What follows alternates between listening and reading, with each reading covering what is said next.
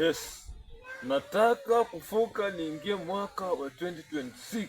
Niko nafuka na nafua naingia mwaka wa 26. Nafuka naingia mwaka wa 26.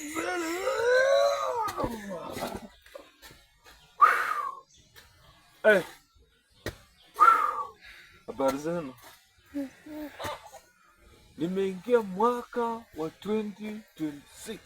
Happy New Year. Happy New Year. Sasa niko na furaha kwa maana nimeingia mwaka wa 2026. Lakini nataka kuambia yale ambayo tunatarajia tuyapate katika mwaka wa 2026 na kuendelea. Huu mwaka ni mwaka mzuri. Nimeingia mwaka wa 2026 leo ikiwa ni siku ya pili, ikiwa ni tarehe 2 mwaka wa 2026. Naenda kuongelea kuhusu mambo ambayo tutayapata katika mwaka wa 2026 ambayo yataendelea. Huu mwaka tutarajia nini? Huu mwaka tutarajia kwamba tutakuwa na the grace of God, tutakuwa na neema, na hiyo neema itakuwa, lakini mara hii neema itakuwa, lakini haitadumu kwa muda mrefu. Itakuwa neema ambayo ni kidogo sana, very limited grace, na itakuwa neema nyingi, na hii neema itakuwa kwa watu wachache. Itakuwa kwa wale watu ambao watakuwa serious, wakimaanisha chenye wanafanya. Kama ni kufanya kazi ya Mungu, watakuwa wanafanya, wataamua njia moja, kwa sababu huwezi ukatumikia mabwana wawili. Hiyo neema itakuwa kwa wale watu ambao ni wachache sana, na wale watu, na hiyo neema haitadumu kwa muda mrefu. Inamaanisha ukitumia hiyo neema vibaya, huenda ukapatwa na majanga, huenda ukapata na shida mbalimbali, ama ikakuangamiza. Kwa hivyo nawahimiza, wakati tunaendelea kuomba, tunapoingia mwaka wa 2026, tuombe ili neema iweze kukusustain. Kwa maana mara hii kama utafanya mambo mabaya, jua ya kwamba hiyo neema itaondoka na utaingia, pengine utakumbukia katika hali ambayo si nzuri. So omba ili uwe na neema na ukujihadhari na yale ambayo unafanya huu mwaka, kwa maana ukifanya yale ambayo hayafai, utavuna chenye umepanda na utaingia katika hali ambayo ni mbaya sana. Kwa maana niliona upinda wa mvua, the rainfall, lakini haikuwa na dumu kwa muda mrefu. Alafu baadaye mvua ikanyesha, mvua mbaya sana. Naona watu wakinyeshewa, wakitoroka, wengine wakiingia kwa manyumba, na hata mahali unaingia mvua inanyesha bado. Kwa hivyo itakuwa ni hali ya mahangaiko na sitofahamu.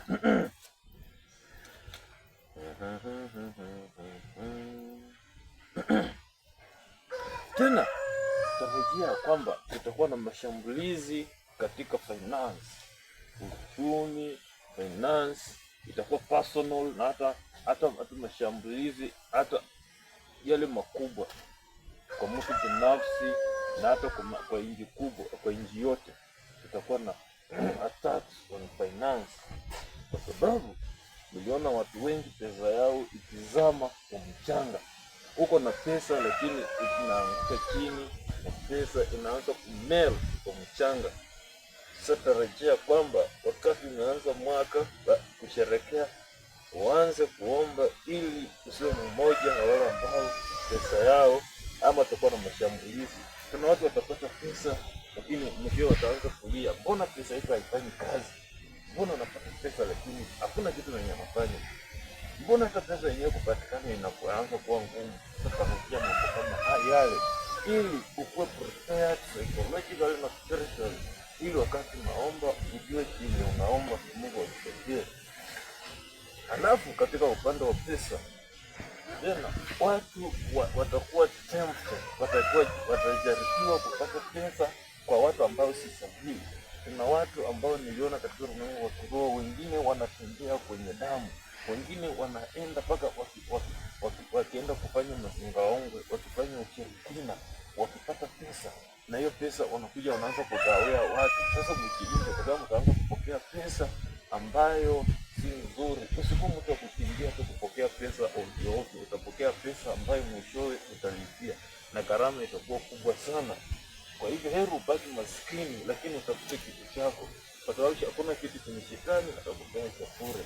Kabla upate pesa yoyote, ujiadhari sana na ujue mtu mwenye anakupea pesa ako na roho gani iko nyuma yake, kwa sababu niliona watu wakipokea pesa na wale watu ambao wanawapea pesa, hiyo pesa si nzuri. Huenda usifurahia leo pesa, lakini ikiwa hiyo pesa itakuwa affect kwa njia moja ama nyingine, kwa sababu hiyo pesa si sahihi, na hiyo pesa imetumika katika uchawi, imetumika katika damu ya watu. So people should not receive money from other people. It might have a negative impact on their life. Hiyo ni upande wa attacks on finance. Alafu tena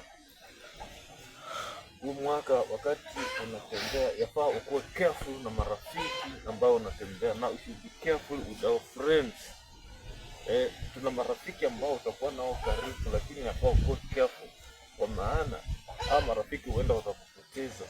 Nao marafiki huenda wakati wanapata mapiko huenda yakakuaffect, because I saw a lot of lightning and thunderstorm, na hiyo lightning ilikuwa inataka kuchapa watu fulani, lakini nikaona wale ambao walikuwa karibu nao pia wakiingia ndani, wakitandikwa, wastrike na lightning and thunderstorm. Unakuwa careful na wale watu ambao unatembea nao, kwa sababu Waswahili wanasema mtego wa panya kuingia waliomo na wasiokuwamo. Marafiki chungana nao. Kuna wale ambao watafanya mambo ambayo sio mazuri, na wakati wanapata mapiko huenda wewe ukajikuta umeingia ndani katika nyanja zote. Wanaweza kuwa wanafanya mambo yoyote na unatembea na marafiki bila kujua, ili you can strike, unaweza jikuta umeingia ndani. So kuwa careful na marafiki ambao unatembea nao.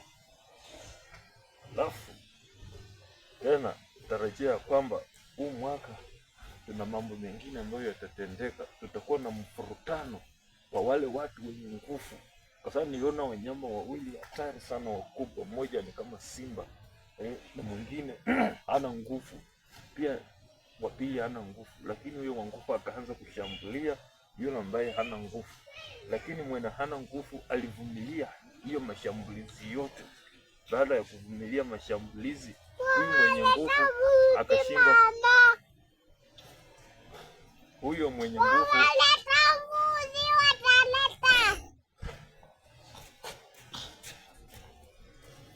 yule mwenye nguvu akashindwa kumdhuru ama kumwangamiza yule mnyama ambaye hana nguvu. Alafu nikaona baadaye wamekaa pamoja, sasa wanaongea. Sasa tarajia tutakuwa na mfurukano kati ya mnyama mwenye nguvu sana na wale wanyama na yule mnyama mnyonge.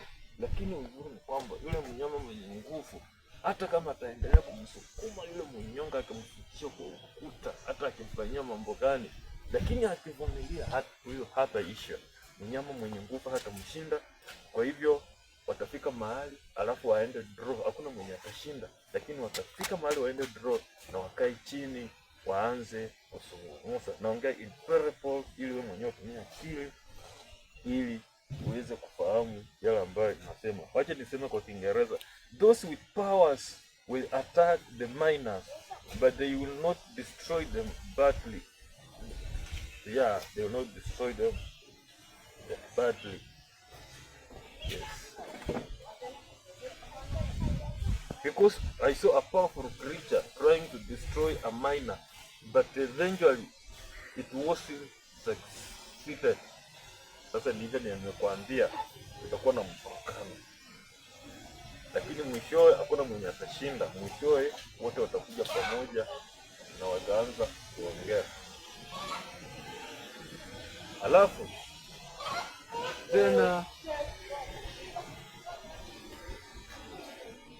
tena tarajia kwamba tutakuwa na migongano.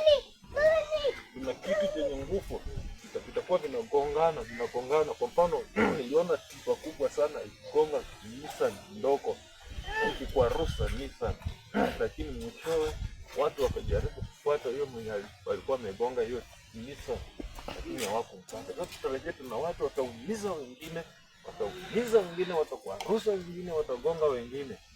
Lakini shida ni kwamba kutafuta hao watu kuwapata itakuwa ni shida, na kupata haki itakuwa shida, kwa sababu hao watu wengine watatumia pesa, watatumia nini, na hiyo mambo yataenda hivyo. Sasa kuwapata itakuwa shida, na ninaona wale wenye watakuwa wameumisa watakuwa wanapiga kelele wakisema haki yetu wengine wakiinua matawi wakisema haki yetu, lakini kupata yule ambaye amewakandamiza itakuwa ni ngumu sana.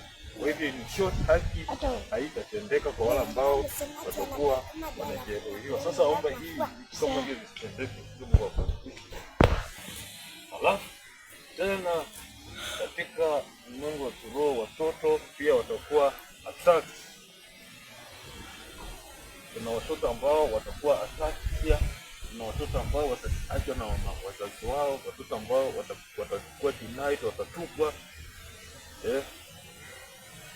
Kuna watoto ambao wengine, especially the young people, kuna wengine ambao watakuwa wanaachwa, wengine wazazi wanawakataa, wengine hata wanatekwa nyara tena, na hiyo mambo haifai kutendeka.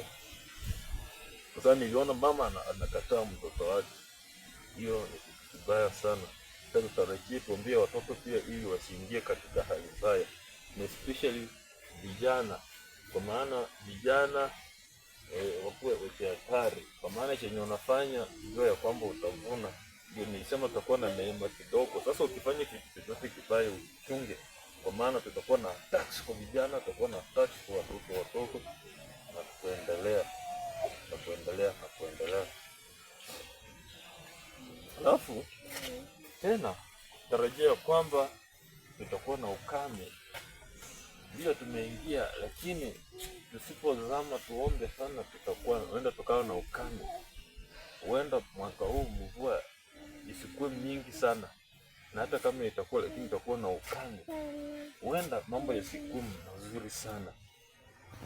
Kwa hivyo tuombe ili mwaka Mungu atuwezeshe tukuwe na wakati mzuri. Ukame huenda ukatokea, na ukame ukitokea, mnajua ya kwamba chakula inaweza kuwa shida, pesa ikakuwa shida. Kwa hivyo huu mwaka uko na challenges mingi sana. Alafu tena huu mwaka tuombe, kwa sababu niliona some other people wakikuwa wakidanganywa, especially ladies, wakidanganywa na watu wenye wanajifanya wanakuwa marafiki zao, lakini baadaye wengine wanapewa madawa, wengine wanakosa fahamu, wengine wanaenda wanakuwa attacked, wengine hata wanachinjwa, wengine wanapelekwa katika kufanyia mambo na kafara na vitu vingine. So kuwa very careful na yule mtu ambaye unatembea naye. Nilikuwa nasema kuwa careful na mtu mwenye uko karibu na yeye. Huwezi ukajua huyu mtu ako na nia gani. Usikuwa mtu wa kukimbia tu. Wale wako mwenye utakuwa na kimbia tu, kwa maana huenda wakakuwa miongoni mwa wale ambao watatolewa kafara, na watu ambao watatoa watu wengine kafara. So in short, namaliza nikisema kwamba 2026 licha ya kwamba tutakuwa na challenges mingi, lakini tuombe Mungu aweze kutuwezesha ili ukuwe mwaka mzuri. Au utakuwa kama 2027 utakuwa mwaka mzuri. Kila kitu kitaenda kulingana na mapenzi ya Mungu. Kila kitu kitaendelea vizuri kulingana na mpango, lakini challenges utazipata tu katika mwaka 2026. Kwa hivyo wakati mnaenda makanisani, ukienda mahali watu popote, uombe ili usikuwe na hiyo majanga ambayo iko. Namalizia nikisema ya kwamba huu mwaka utakuwa na neema, lakini itakuwa kidogo, na hiyo neema haitadumu.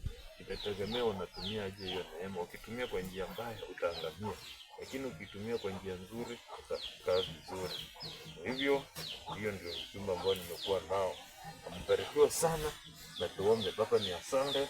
Naomba ya kwamba huu mwaka tumeanza kuepusha na mambo mengi mabaya, na kufungua macho ya ndani, macho ya kiroho, tujue yale ambayo yanaendelea. Tuko na ufahamu unaofaa. Naomba hayo tukiamini katika